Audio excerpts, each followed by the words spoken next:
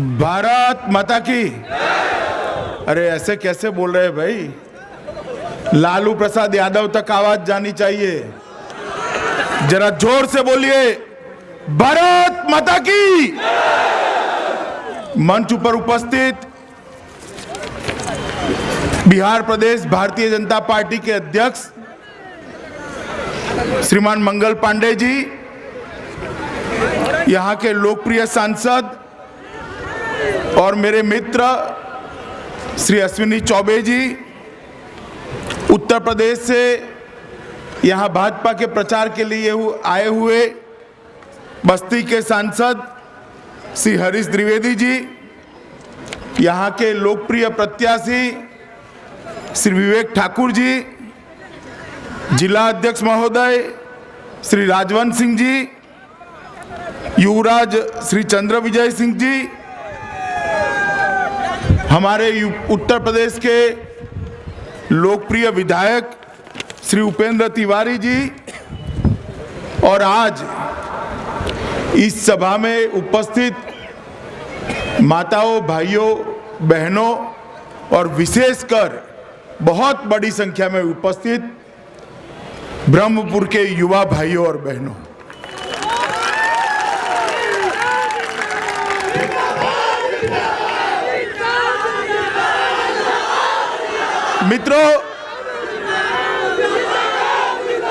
मित्रों 12 तारीख से बिहार में चुनाव की शुरुआत हो चुकी। 12 को हुआ। भैया माइक सेट कर जरा बैठ जाओ प्लीज। आप सभी लोग माइक सेट कर कुर्सी पे बैठ जाइए, आगे आ जाइए। मैं यहां रहकर ही बोलने वाला हूं। 12 तारीख को चुनाव हुआ, 16 को हुआ, अब 28 को भी होगा। मगर 12 और 16 को जो चुनाव हुआ है, मैं पूरे प्रथम चरण, द्वितीय चरण और सीमांचल तक घूम कर यहां आया हूं। ये मेरी 31वीं सभा है भाइयों, 31वीं। और मैं स्पष्ट रूप से देखकर आया हूं कि पूरे बिहार में भारतीय जनता पार्टी की एक लहर चल रही है, और ये निश्चित है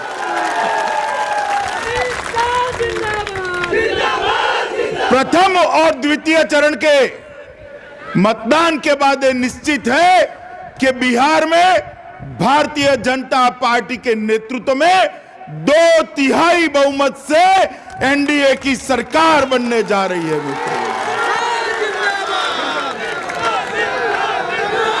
बिहार की जनता परिवर्तन चाहती है। बिहार की जनता की आंखों में मैंने परिवर्तन का जज्बा देखा है।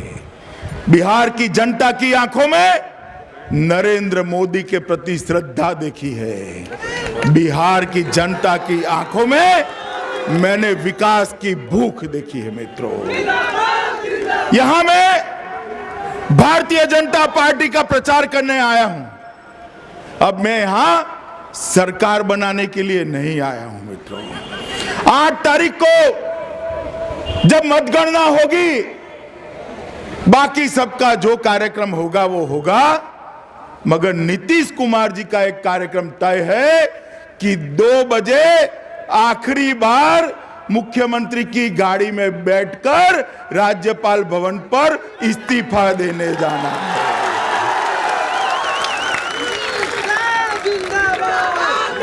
मित्रों, 8 तारीख को दीपावली के ठीक पहले पटना में जब नई सरकार बनती होगी, पटना के अंदर बिहार के विकास की एक नई नींव डाली जाएगी।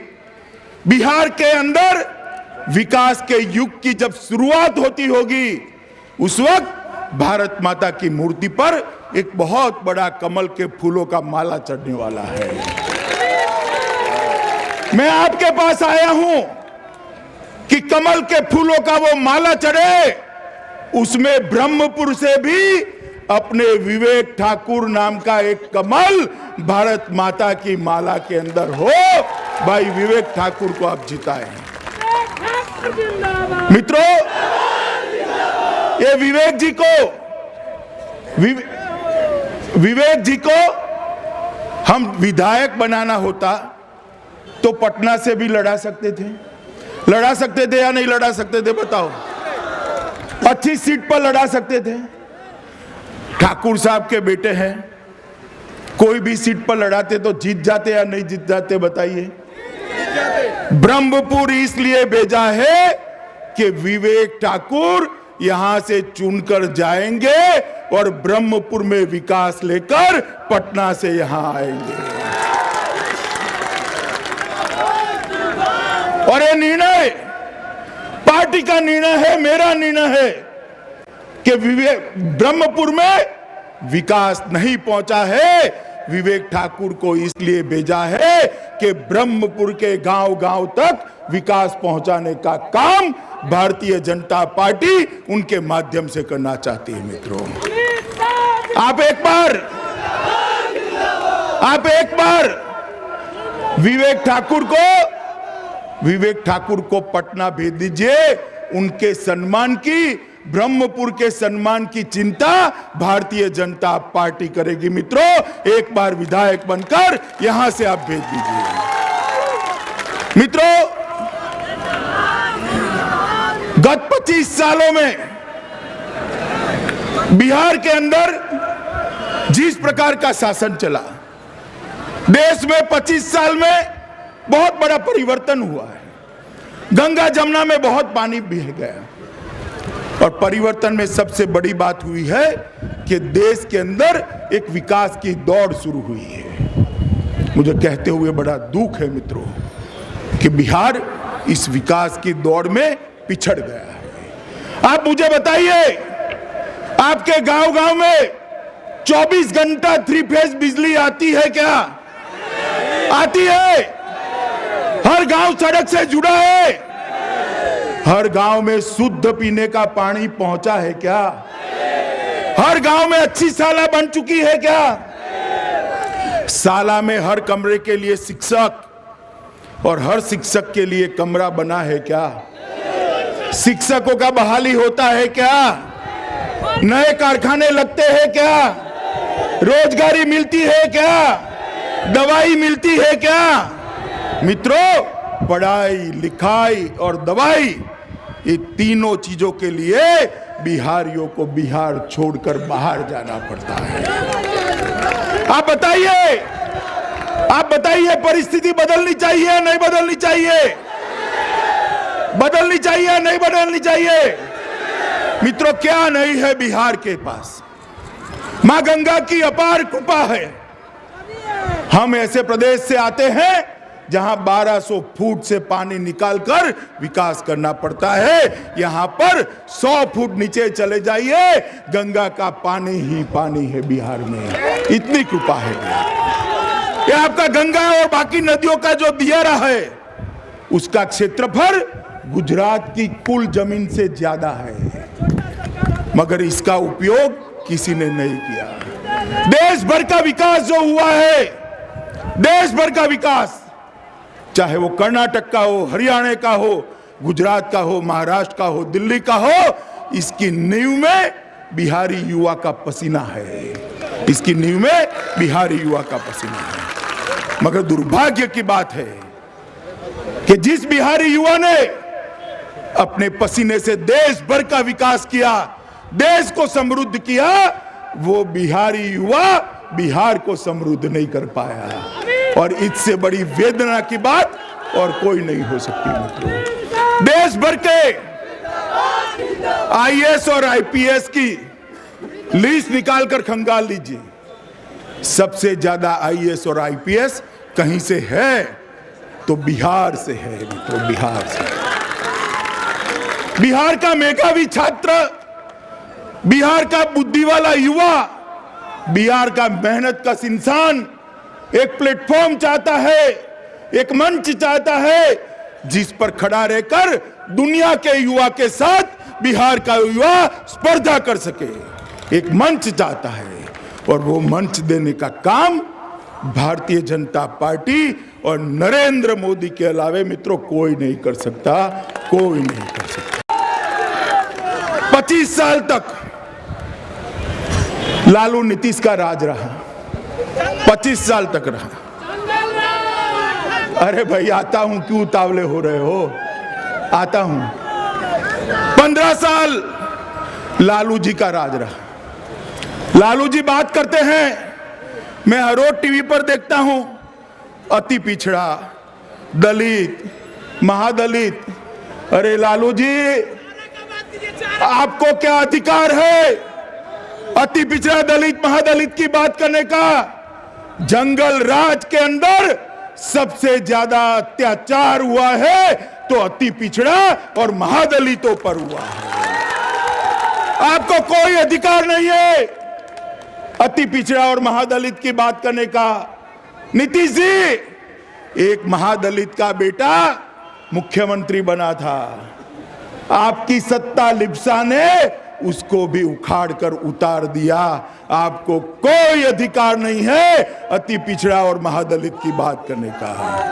मित्रों, एक भारतीय जनता पार्टी है, एक भारतीय जनता पार्टी है जिसने देश में सबसे ज्यादा पिछड़ा मुख्यमंत्री भारतीय जनता पार्टी ने दिया है। गरीबों की बात करते हो लालू जी, गरीबों की बात कर नीतीश जी आप राजनीति करते हो। भारतीय जनता पार्टी है जिसने डंके की चोट पर एक चाय की दुकान वाले के बेटे को देश का प्रधानमंत्री बनाया, एक पिछड़ा परिवार से प्रधानमंत्री। आप हमें सिखाओगे, आप हमें सिखाओगे कि अति पिछड़ा और दलित और गरीब के लिए क्या करना है? अरे भारतीय जनता पार्टी है जिसने सबको प्लेटफॉर्म दिया है। ये भारतीय जनता पार्टी है मित्रों जिसने जो कहा है वो किया है। नीतीश कुमार जी कहते हैं, अभी हमारे अध्यक्ष जी कहते थे मैं हूं ना। भाई हमें मालूम है आप हैं, हमें भी मालूम है आप हैं। मित्रों, नीतीश जी विकास का दम भरते हैं, विकास की बात करते हैं। उनके एक कंधे पर लालू प्रसाद यादव है, उसका जंगल राज है, और दूसरे कंधे पर कांग्रेस का 12 लाख करोड़ रुपयों का भ्रष्टाचार है। आप मुझे बताइए, एक कंधे पर जंगल राज और एक कंधे पर भ्रष्टाचार, विकास हो सकता है क्या? हो सकता है विकास? विकास करना है तो एनडीए के नेतृत्व में भारतीय जनता पार्टी की सरकार बनानी पड़ेगी, तभी जाकर विकास होगा। मित्रों, इस बिहार की महान जनता ने 2014 के इलेक्शन के अंदर भारतीय जनता पार्टी पर भरोसा किया, हमारे नेता नरेंद्र मोदी पर भरोसा किया, और आप सबकी कृपा से ही मुझे कहने में कोई झिझक नहीं है, आज नरेंद्र भाई पूर्ण बहुमत के साथ प्रधानमंत्री बने हैं। तो इसमें केवल और केवल बिहार की जनता की कृपा है, इसके आशीर्वाद से बने हैं। और नरेंद्र भाई ने प्रधानमंत्री बनने के साथ ही बिहार की जरूरियत क्या है, बिहार को क्या चाहिए, विकास कहां अटका पड़ा है, क्या करने से विकास होगा, समस्या क्या है, समस्या का समाधान क्या है, ये सारी चीजों को देखते हुए उनकी योजनाएं बनाई, योजनाएं बनाकर उसके लिए पैसों की व्यवस्था करी, बजट का आवंटन किया और एक बिहार का पैकेज लेकर आप सबके सामने आए हैं। मित्रों, आप बताइए कितने का पैकेज है? जरा बीच में बताइए कितने का पैकेज है? ईश्वर बताइए कितने का पैकेज है? 1,25,000 करोड़ रुपए का पैकेज और 40,000 करोड़ अतिरिक्त सहायता लेकर नरेंद्र भाई बिहार की जनता के सामने आए हैं। और ये नीतीश जी क्या कहते हैं, हमें पैकेज नहीं चाहिए, बिहार अपने पैर पर ही खड़ा हो जाएगा। अरे नीतीश कुमार, किस मुगालते में हो तुम? ये पैकेज नीतीश कुमार के लिए नहीं है, ये पैकेज बिहार के युवाओं के लिए है। ये पैकेज बिहार के किसानों के लिए है। ये पैकेज बिहार की महिलाओं की सुरक्षा के लिए है। आपको कोई अधिकार नहीं है। मित्रों, नीतीश कुमार को कोई अधिकार नहीं है पैकेज के लिए ना बोलने का। और नीतीश कुमार, हम भारतीय जनता पार्टी के कार्यकर्ता हैं, हमारे दिल में अहंकार नहीं रहता है। ये पैकेज नरेंद्र मोदी जी लेकर आए हैं, उसमें कोई बिहार की जनता पर उपकार नहीं करते हैं। हमारे मन में विनम्रता से यह भाव है मित्रों कि बिहार में विकास की जरूरत है और ये 1,25,000 करोड़ रुपया पर बिहार की जनता का अधिकार है। इसलिए नरेंद्र भाई पैकेज लेकर आपके सामने आए हैं। मित्रों, बिहार के अंदर विकास करना है, बिहार को आगे ले जाना है, बिहार को देश का नंबर 1 राज्य बनाना है, तो नीतीश लालू की जोड़ी नहीं बना सकती। मित्रों, नीतीश लालू की जोड़ी, ये सारे युवा यहाँ बैठे, आप टीवी देखते हैं ना, हर रोज देखते हैं। भाई मुझे कुछ बातें समझ में नहीं आती है, मैं आपको पूछूं पक्का बताएंगे? आप बताइए, लालू जी कहते हैं हम कौवा मारेंगे, अब कौवा मारने से बिहार का विकास होगा क्या? वो कहते हैं हम कबूतर काटेंगे, कबूतर काटने से पानी आएगा क्या? वो कहते हैं गर्म पानी डालकर चूहा भगाएंगे, शिक्षा आएगी क्या? आएगी? वो कहते हैं हल्दी सिंदूर इकट्ठा होकर धुआं करेंगे। रोजगार आएगा? रोजगार आएगा? आप मुझे समझाइए, मेरी तो ये समझ में नहीं आता।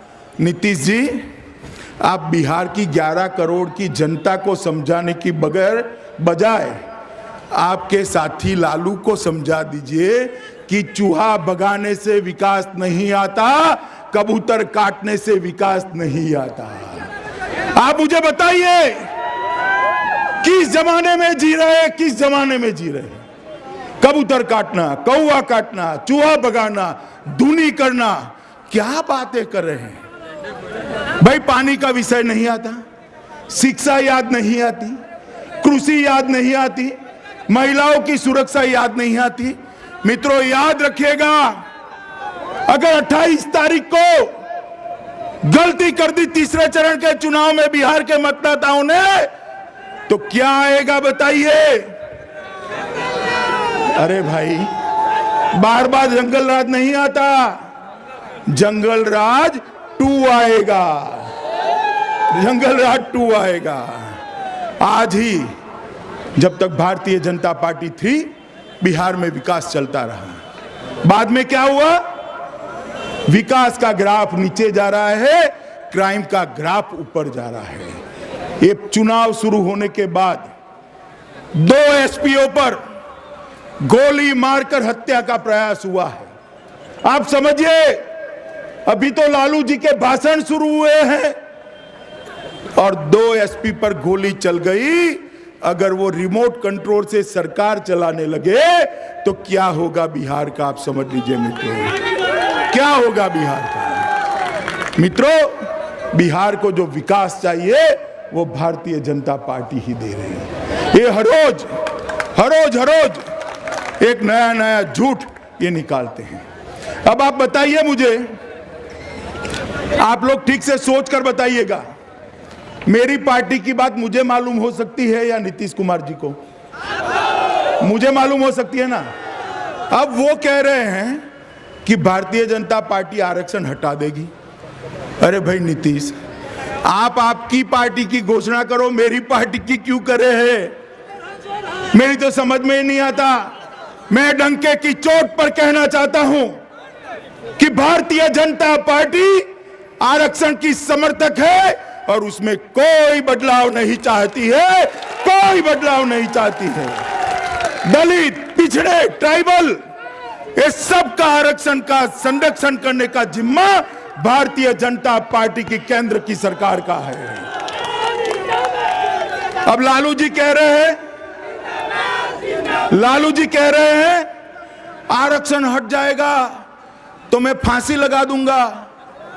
अरे भाई लालू, हम आपके बेटे को अनाथ करना नहीं चाहते हैं, हम हटाने वाले ही नहीं है, आप आराम से जीवो, हम हटाने वाले नहीं है आरक्षण। ये झूठ फैलाना बंद करो मित्रों। बिहार के गांव गांव में जाकर झूठ का एक पुलिंदा फैलाया है इन्होंने। बिहार की जनता ने इसका जवाब देना है मित्रों। जात पात के आधार पर, धर्म के आधार पर समाज को बांटने निकले हैं लोग। भारतीय जनता पार्टी चाहती है कि इस चुनाव का एजेंडा विकास रहे, और वो चाहते हैं कि इस चुनाव का एजेंडा जाति बन जाए। आप क्या चाहते हैं बताइए, जरा जोर से बोलिए। मित्रों, विकास के रास्ते पर जाना है तो भारतीय जनता पार्टी के अलावे और कोई रास्ता नहीं है मित्रों। बहुत हो चुका। आपने 35 साल कांग्रेस को दिए या नहीं दिए बताइए। पीछे बुजुर्ग बैठे, बताए दिए या नहीं दिए। मित्रों, 15 साल लालू को दिए या नहीं दिए। 10 साल नीतीश बाबू को दिए या नहीं दिए। 5 साल भारतीय जनता पार्टी को दे दीजिए, हम बिहार को देश का नंबर 1 राज्य बनाकर छोड़ेंगे मित्रों, नंबर 1 राज्य बनाकर छोड़ेंगे। मित्रों,